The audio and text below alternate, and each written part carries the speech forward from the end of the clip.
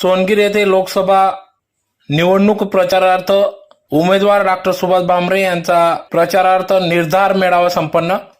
याबाबत वृत्त असे की आज दिनांक 5 एप्रिल 2024 रोजी सायंकाळी 5 वाजता धुळे तालुक्यातील सोनगीर येथे लोकसभा उमेदवार डॉक्टर सुभाष भामरे यांच्या प्रचारार्थ आज निर्धार मेळावा संपन्न झाला। या कार्यक्रमाप्रसंगी या ठिकाणी अनेक मान्यवर पदाधिकाऱ्यांच्या उपस्थितीत सदर हा निर्धार मेळावा पार पडला।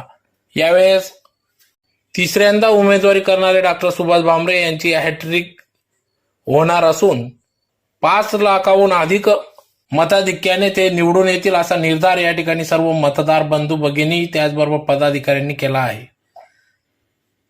येत्या काळात डॉक्टर सुभाष भामरे यांना भाजपकडून ते उमेदवारी करीत असून त्या संदर्भात आज निर्धार मेळावा संपन्न झाला। तर येत्या निवडणुकीत